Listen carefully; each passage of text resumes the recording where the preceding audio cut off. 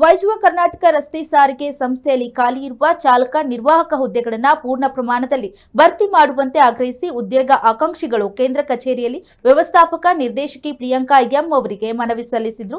ಮೂಲ ಉಲ್ಲೇಖದ ಪ್ರಕಾರ 2814 ಹುದ್ದೆಗಳನ್ನು ಭರ್ತಿ ಮಾಡದೆ ಹೊಸ ಅಧಿಸೂಚನೆಯನ್ನ ಹೊರಡಿಸಬಾರದು ಮತ್ತು ಚಾಲನಾ ಪರೀಕ್ಷೆಯಲ್ಲಿ ಉತ್ತೀರ್ಣರಾದ ನಿರ್ವಾಹಕ ಲೈಸೆನ್ಸ್ ಇರುವ ಅಭ್ಯರ್ಥಿಯನ್ನೇ ಚಾಲಕ ಕಂ ನಿರ್ವಾಹಕ ಹುದ್ದೆಗೆ ಪರಿಗಣಿಸಬೇಕು. ಕೇವಲ ಡ್ರೈವಿಂಗ್ ಲೈಸೆನ್ಸ್ ಇದ್ದು ಕಂಡಕ್ಟರ್ ಲೈಸೆನ್ಸ್ ಇಲ್ಲದೆ ಇರೋದ್ರಿಂದ ಚಾಲಕರನ್ನೇ ನಿರ್ವಾಹಕ ಹುದ್ದೆಗೆ ಪರಿಗಣಿಸಿ ನಿರ್ವಾಹಕ ಲೈಸೆನ್ಸ್ ಮಾಡಿಕೊಳ್ಳಲು ಕಾಲಾವಕಾಶ ನೀಡಬೇಕು.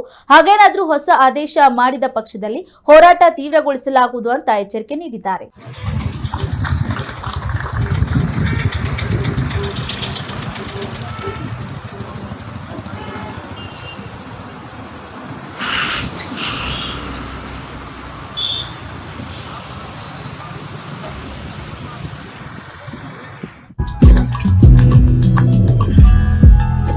ಬೇಕು ಬೇಕು ಬೇಕು ಅಂತ ಮಾಡೋದು